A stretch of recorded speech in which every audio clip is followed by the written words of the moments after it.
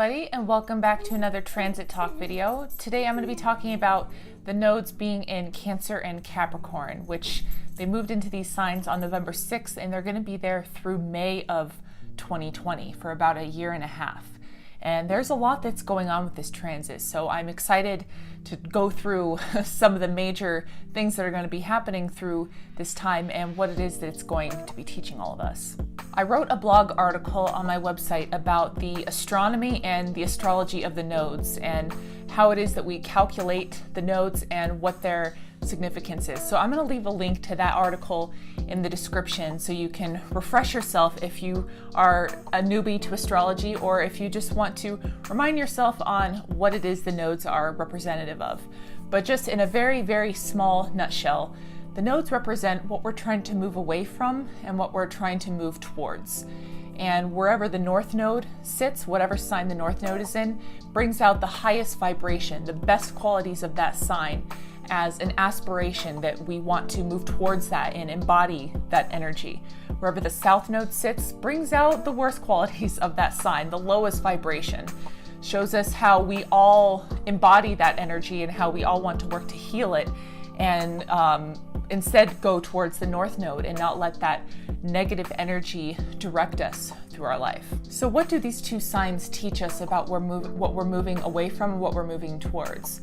Well, I'll start with the negative. Capricorn is ruled by Saturn, and Saturn honestly can be kind of a dick of a planet sometimes. And what I mean by that is he's very strict. He's very rules and responsibility and hard work, and he doesn't have time for any kind of BS.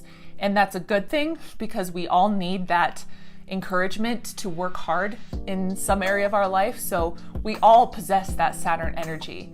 But the dark side of that, the dark side of Capricorn, is relying purely on logic and all of this human stuff that we can see with our eyes instead of relying on what's under the surface that we can't see, and our intuition and our feelings, and letting those things guide us from one place to another.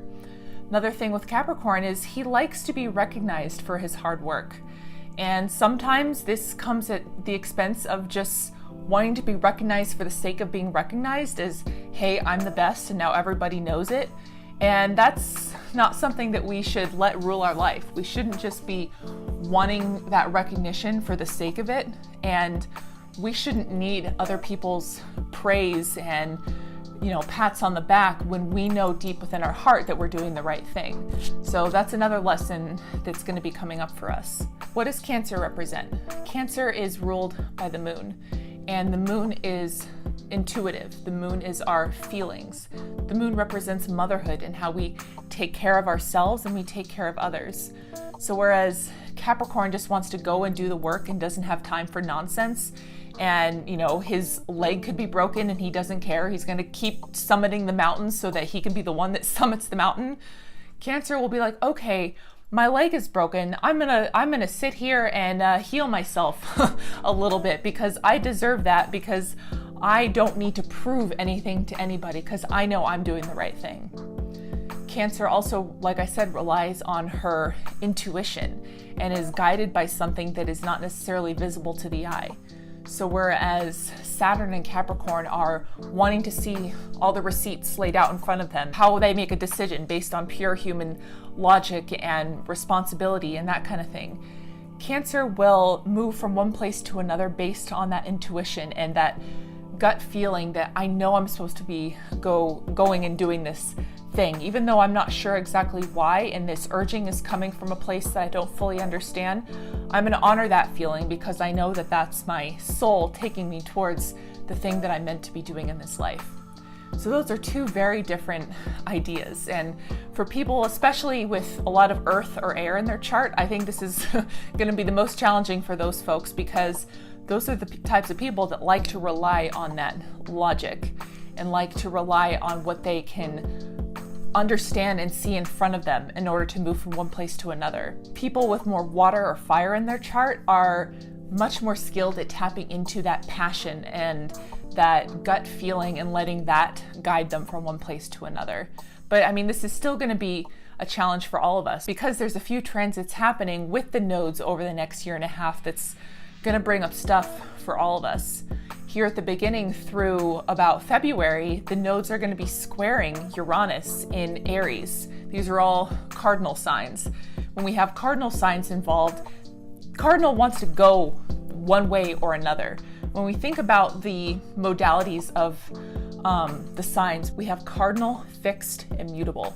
Cardinal is what starts all of the seasons of the year. So here are three things in the sky: North Node, South Node, and Uranus, which is kind of a crazy planet, all wanting to move in a direction. And what this is going to be urging us to do is to start moving, to take one corner or take the other corner. If we look at, the configuration of the nodes and Uranus, it's forming this kind of T formation with Uranus over here and then the nodes over here. So we can either go that way or we can go down that way. And it's up to us to decide which direction we want to go.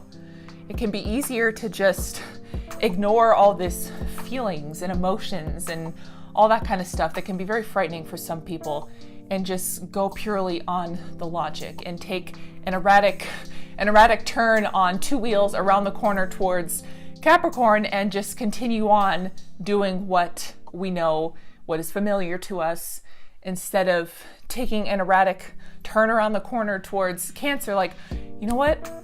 I've done the logic thing my entire life. I think I'm going to try working on my emotions and my intuition.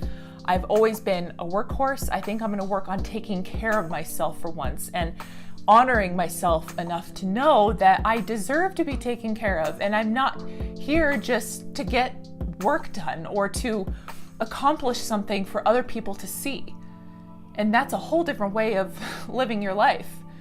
So here at the beginning, we're going to have to decide which direction do we want to go? What energy do we really want to work on through this transit? Do we want to really lean in to tapping into our intuition, to our feelings, to taking a step back from so much of the obsession and the hard work and the toiling? There's nothing wrong with hard work when you're taking inspired action based on what your gut and what spirit is telling you to do.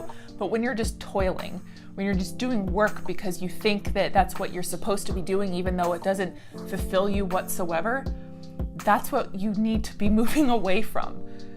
But it's up to you. You can either continue to do that because it's comfortable and that's what you know, or you can work on the other side and work towards the emotions and the feelings and the intuition and the self-care. Then in February, the South Node is going to start conjuncting Pluto. And this is major because Pluto is a very intense planet. Pluto is the planet where everything is destroyed and rebirthed. It's the image of the phoenix dying and being reborn from the ashes. And Pluto doesn't just like to change a few things. Pluto likes to destroy everything and bring about something even better, even if the destroying part is incredibly painful. So what does that mean, having the South Node and Pluto making this conjunction, which is going to last quite a few months? It's going to last a long time, until the fall of next year. Pluto is going to make it so that we might not be able to avoid changing that part of ourselves that is so obsessed with the toiling and the logic and all those dark side of Capricorn things that I was talking about, because Pluto's going to come in there and want to just wipe it all out. And at that point, it'll be harder to resist that, because Pluto isn't going to want to wait around for us to come around to the idea. So Pluto might start making things happen in our life and really wiping things out that, unless we're prepared for it and unless we know that it's for the best and that we honestly want to move towards that Cancer energy, it's gonna really suck. And it's gonna be harder for us to make sense of all of it and understand that there's a reason that it's happening. And then in March, Saturn is gonna be joining in on this conjunction for, through the summer and into the fall of next year. And this is ironic because Saturn is the ruler of Capricorn. So what does this mean, having Pluto and Saturn and the South Node all in a conjunction in Capricorn? Saturn is going to be forcing us to really look at where it is that we're doing that toiling and that working in working for the sake of working, but not having any sort of passion or emotional attachment to the goal, thinking that we're just doing it because we're supposed to and it's too frightening to do something different. And Saturn's also going to bring a very serious tone to the work that is required to move away from that type of energy and to put our heart towards this intuition and listening to our feelings and trusting ourselves to know that there's a reason that we're being drawn to certain things, and that there's a reason that our soul came to this lifetime at this particular time and wants us to go do this thing that is too frightening for us to recognize. And so we're over here just trying to do what we know how to do because we think that logically that makes the most sense. Well, Saturn's going to show us where maybe that doesn't make the most sense, because it'll show us where that work is just so exhausting. That toiling that we've been doing is just so exhausting, and it's not even necessarily paying off. It's not paying off in the way that we thought it was going to. We're not on the little career track of life that we thought that we would be by doing this job or doing this thing, whatever it is that we're doing for the sake of doing it. It'll just make it that much more obvious where we are way too uptight about these things and where we're not relying on what our heart and our soul are really calling us to go do. So in December of 2019, Jupiter is going to make a conjunction to the South Node. And I think this will do a couple of things. One, Jupiter is a very positive and happy planet. So I think what this could do is give us kind of a boost of optimism that we are able to overcome this stuff and that there is beauty in the journey of learning to not rely so much on this logic and this human understanding and go beyond just the physical human understanding into this realm of spirituality and intuition and that kind of thing. I think we'll be able to see that it's possible to do that, but we also run the risk of getting way too comfortable in this South Node energy and this Capricorn energy, because Jupiter's going to come in and just, throw a huge party and say, look how great it is over here. Why do you have to keep working hard over here across the sky in Cancer when you can just go to work and keep doing what you're supposed to be doing? And look, it's great. It's all going to pay off. It's fantastic. We're all having a great time over here. We don't want Jupiter to tempt us into not continuing the work on the other side of the sky in Cancer. With a conjunction to the South Node, of course, Jupiter is making an opposition to the North Node. And what this does is brings us kind of a push and pull situation. So while we know that we need to be working on this Cancer energy and healing this Capricorn energy by moving towards the Cancer, we still have this pull of Jupiter on the other side. And he is a big planet, like I said, and he has a strong pull because he is so optimistic. So how can we work through that? We can take that optimism and understand that there is light at the end of the tunnel by working through all this stuff that's being asked of us, and especially with, all the work that we're going to have to do with Pluto and with Saturn, and not get complacent and think that the work is over yet, because the work's not over till it's over. It's not over until May of 2020 when the nodes switch signs again. So it's going to be a challenge to us to see that there is optimism and there is something good that can come from recognizing this part of ourselves that just wants to be safe and do the work that we think we're supposed to do, and that we can honor that part of ourselves and we can appreciate where that comes from. There is a similarity to that energy as Cancer, because Cancer wants to take care, and with wanting to just do this work and do what we think is safe in a way that is protecting ourselves and taking care of ourselves in a different way. So Jupiter comes in, we can take that optimism, that positivity, and honor that part of ourselves, but we need to find a way to take that over to the other side and find a way to bring it together. With an opposition, what you want to do is find a way to kind of meet in the middle.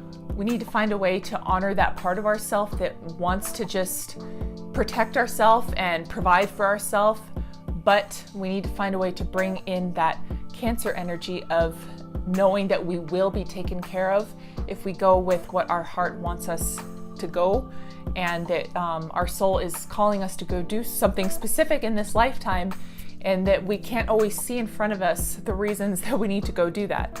Nor do we need to, because it's really up to us to honor Spirit's calling to one thing or another, whatever it is we're being called for, even if we can't see it right in front of us. So we're going to be asked to marry those two things together. You know, and these are just the major transits that are going to be happening over the next year and a half. Of course, we'll have other activations with the faster moving planets that I will talk about as those things are happening. But I wanted to really just give a general summary of the lessons that we're going to be learning through this North Node in Cancer and South Node in Capricorn transit. And it kind of comes down to this idea of home and office. And think about when you go to work, even if you don't necessarily work in a traditional office. When you go to work, you're putting on this game face and you become a completely different person that only cares about getting that job done. You probably do a lot of things that you don't even necessarily want to do, depending on what kind of job you have, because you know that that's just part of the job. And then we have home on the other side. And when you're stripped down and you're in your home, the lights are off, you don't necessarily have to try to be that person that you are in the office. And you can just take care of yourself, because right now you're not at work and it's all about you and what you need to restore yourself. And you kind of do things based on how you feel. That's where you can let your emotions guide you from one place to another, because you don't have the job telling you what you need to do. And so those are the two major themes of this transit. And how are we able to really lean into that home energy and know that even in the space of our work and our responsibilities, we're still in our home, because we're still in this body, in this lifetime on this planet, and this is our home. And we don't necessarily need to be doing anything that doesn't really resonate with our heart, resonate with what our soul is calling us to do. The people that are able to look past the safety net of doing things for the sake of doing them and being too afraid to step out of the box, those are the people that go on to create amazing things in their life. Think about all the successful entrepreneurs in the world and how many people told them, no, you can't do that. That's never going to work. And then those people didn't listen because they knew that they were being called to go do this thing. So they said, thank you, but no thank you. I don't need your opinion on what it is I'm doing here. And then they go on to be majorly successful and setting the standard for everybody else. That's what we're going to be learning about here. And how are we able to tune out all of the naysaying, not even just from other people, from ourselves, because that's never going to work. That doesn't make any sense. Our whole life is our home. We don't need to be wasting hours doing things that are sucking our soul right out of our body just because we think that that's what we're supposed to do, because we're supposed to put in 40 hours a week. Do you think that we are put on this earth just to toil for 40 hours a week, using, a job thing as the example here? What is different about walking into this office versus walking into our home? Why do we need to live differently in one place versus another?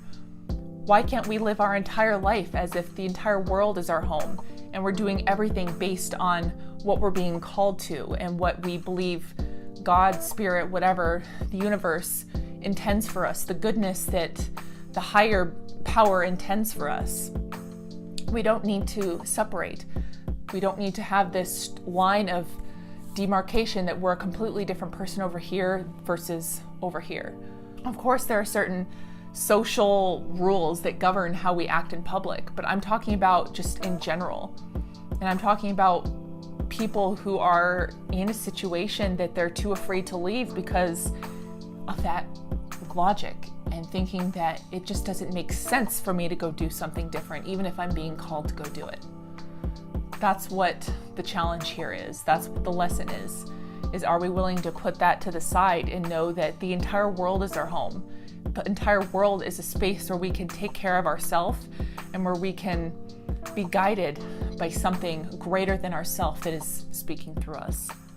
So thank you so much for watching this video. I hope that we are all able to really lean into these lessons that we're going to be asked to work on over the next year and a half. And I will talk to you in the next video.